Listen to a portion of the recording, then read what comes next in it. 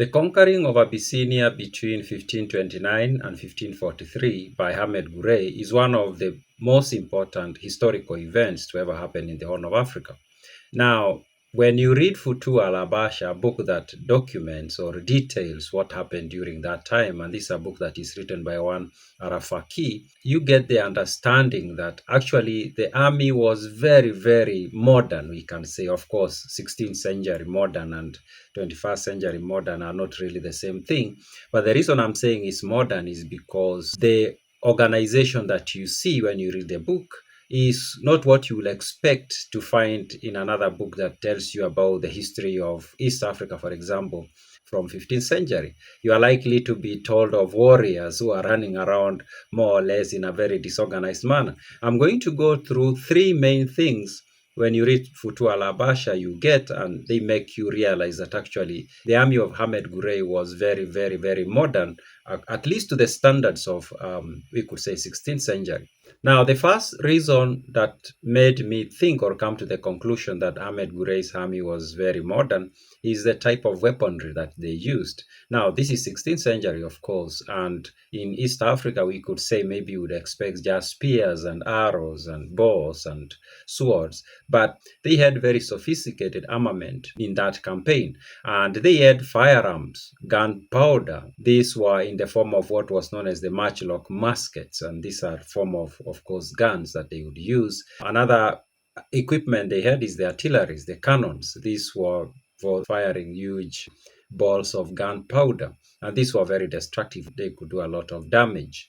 Of course, then they also had the traditional weapons, the spears, the swords, and the daggers, and the arrows. All these they had together to use in that campaign. Now, the way these armaments were used was also very strategic. It wasn't careless. It wasn't just that anybody with anything, just go, let's go and fight. Now, and that brings us to the second point, and that is the classification of soldiers, putting the fighters into different categories and making them specialized categories of the soldiery. Now, for example, they had the cavalry, and these are soldiers who will fight on horses, and they call them the Fursan. The Fursan was a very important component of Ahmed Gurey's army, and these were people who would move fast. These were soldiers who would move fast, of course, because they were on horsebacks, and they could do things that the rest of the army could not do, and that provided some form of advantage, of course. And this was in particular important considering that Abyssinia was a very highland country. It is still, of course, Ethiopia today. And sometimes you needed that so that the soldiers don't get tired so fast, at least some part of the soldiery, not the entire of it, of course. And then they had what were called the musketeers, the Tufakchi. Now, Tufakchi, the musketeers, it's a section of the army that was armed using the guns and the gunpowder. And these guns, the matchlock muskets, these were mostly imported from Turkey or the Ottoman Empire. Now, that's not to say that the Abyssinians did not have equally sophisticated weapons. The Abyssinians did have supplies from the Portuguese as well. They had very good weaponry or armament as well. It's not like they had inferior weaponry. So during this time in the Horn of Africa, they were modern in the ways they were fighting, we could say. And then there was the infantry, of course, and these are the people, the rest of the army who would use the traditional weapons, the spears and the swords and the arrows.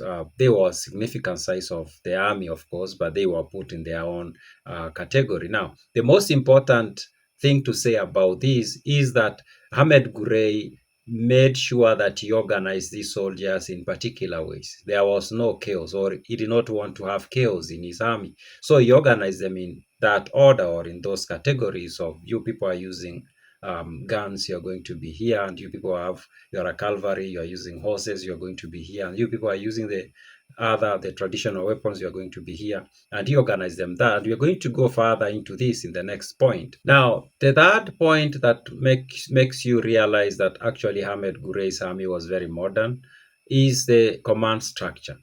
It was very sophisticated, and you get to understand it when you read Futu al-Habasha, is written by Araf Faki. He describes the different commanders, gives you their names and things like that, and what they were doing and how they were posted and the assignments they were given. And Ahmed Gurey understood the importance of a good command structure. And the command structure, of course, he was at the top. He was, we could say, the supreme commander. And then there were the regional commanders or the viziers. Now, the viziers, these are people who held some political say in the Commonwealth where they came from. All of these people did not come from Adal. They came from even the neighboring Commonwealths. So they did have some political powers, but they also military officers. And these people served as his lieutenants, and some of them became very trusted. Some of them were family members. There are a few of them like nephew or in-law who became commanders, or we could say regional commanders. And then there were the clan leaders. Now, Ahmed Gurey also had this point of organizing his army in terms of clans. Each clan would have its own arrangement and how it was organized, and of course its leader, who often will happen to be the leader of the clan or somebody assigned from the clan to lead that army. And every clan had its own internal structure, but they were part of this bigger structure, of course. And then he had some, we could say, specialized unit commanders. These are people who would handle some specific tasks. For example, the guys who were in charge of the artillery, they were like a separate unit, and they had their own structure, and they would, of course, perform their functions in that unit. And they reported, of course, to him, but they were separate from these other units. And then he had the advisory council. And this is very interesting, actually. He had a mixture of people of different sorts forming this council. When you read Futu Alabasha, these names come up here and there, and you realize different people of this council had different capabilities. There were those who were more of religious types, who provide religious and ideological support to the campaign. And then there were those who were providing the technical support. And the technical support even had people from Ottoman Empire, or maybe we could say the Arabian Peninsula, people who we brought in to help with the technical support, especially on things like artillery use and cannons, of course, and the matchlocks, musketeers, they were called. So he had all those people forming that council, sort of. Some of them were closer than others, but generally, he seemed to have been someone who sought a lot of advice. When you read Futu Alabasha, there are so many sections where you realize that, or where the writer describes situations where Ahmed Gurey would have these conversations with these advisors, and sometimes everybody really who was present, about strategy and how things were going to be done. Now, and because of this arrangement, they seem to have relied a lot on strategy, or applied strategy. And there was a lot of collecting of information, and then using that information, putting that information through these councils. It's very interesting. Now, and then he had these separate, we could say, sort of outside the structure, we could say unit. Maybe we could call them spies. Of course, there were spies who would be sent out to go and collect information from the enemy.